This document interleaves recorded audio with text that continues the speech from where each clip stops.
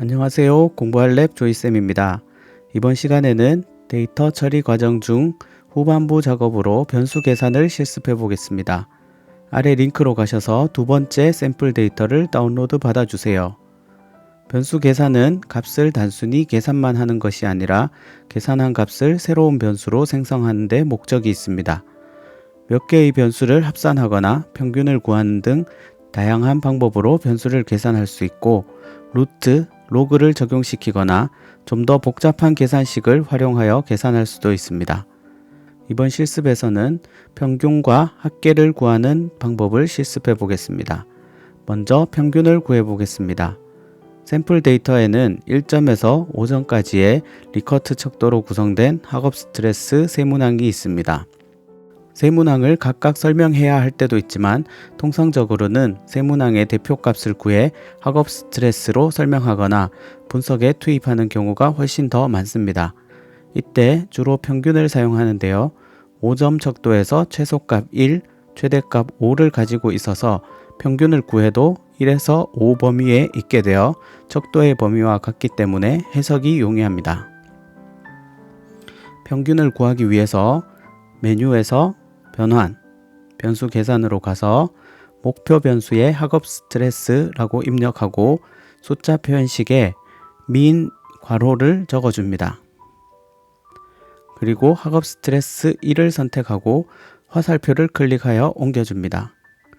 옮길 때는 화살표를 클릭해도 되고 변수명을 더블 클릭하거나 변수를 드래그해서 옮겨도 됩니다. 학업 스트레스 1 다음에 콤마를 찍고 학업 스트레스 2를 옮기고 또 콤마를 찍고 학업 스트레스 3을 옮긴 후에 괄호를 닫아줍니다. 그리고 확인을 클릭하면 평균으로 계산된 새로운 변수가 생성됩니다. 새로운 변수를 잘 살펴보면 두 번째 응답자의 경우 모두 결측이기 때문에 평균 처리가 되지 않아 값이 없습니다. 세 번째 응답자의 경우에는 한 문항만 응답을 하지 않았지만 남은 두 문항으로 평균을 구해서 새로운 변수에 입력이 되었습니다. 네 번째 응답자는 두 문항을 응답하지 않고 한 문항만 응답했기 때문에 한 문항만으로 평균을 구해 새로운 변수에 입력되었습니다.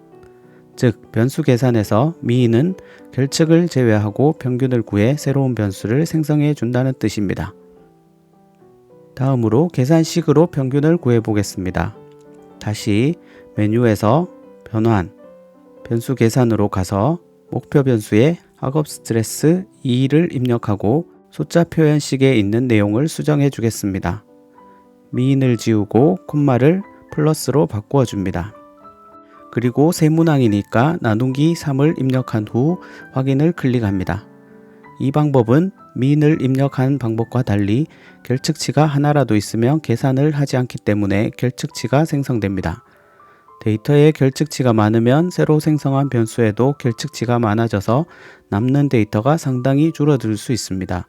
반면 미인 처리를 하면 남은 데이터로 평균을 구하기 때문에 일부 결측을 감안하더라도 새로운 변수에는 데이터가 많이 남아있기 때문에 분석에 용이할 수 있습니다. 이러한 이유로 결측이 많이 포함된 데이터를 분석할 때는 미인을 주로 사용하여 분석을 실시합니다. 연구 내용과 방법에 따라 적합한 처리 방식은 다를 수 있기 때문에 두 가지 방법 중 선택하여 사용하시기 바랍니다. 다음으로 합계를 구해 보겠습니다. 여기서도 마찬가지로 sum과 더하기를 사용할 수 있습니다. 결측 발생 방식은 똑같기 때문에 sum으로만 실습해 보겠습니다. sum은 주로 0과 1로 코딩된 여러 변수를 합산하여 총계를 구할 때 사용합니다. 우리 데이터에는 스마트 기기 보유 여부가 세 문항으로 구성되어 있습니다. 각각에 대해 설명해야 할 때도 있지만 스마트 기기 총 보유량을 제시해야 할 때도 있습니다. 이때 합계가 유용하겠죠. 메뉴, 변환, 변수 계산을 클릭합니다. 기존 입력값이 남아 있는데요. 비슷한 계산을 할 때는 조금씩 변경하면서 사용하면 편리하지만 이렇게 완전히 다른 변수를 계산할 때는 아래 재설정 버튼을 클릭하여 새로 세팅합니다.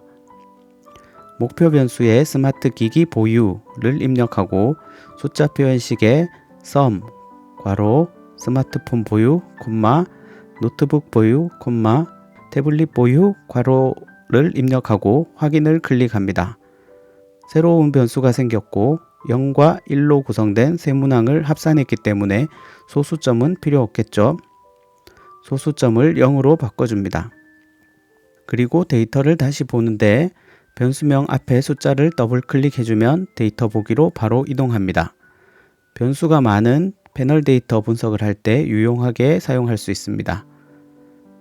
새로 생성된 변수에 남아있는 결측은 SPSS에서 분석할 경우에는 시스템 결측으로 인식되지만 M+ 분석할 때는 코딩 변경을 통해 결측값을 입력하고 결측을 지정해 주어야 하므로 변수 계산 이후에 다시 결측을 확인해야 한다는 점 꼭 기억하세요. 이번 시간에는 변수 계산을 통해 평균과 합계를 반영한 새로운 변수를 만드는 방법에 대해 실습해 보았습니다. 수고하셨습니다.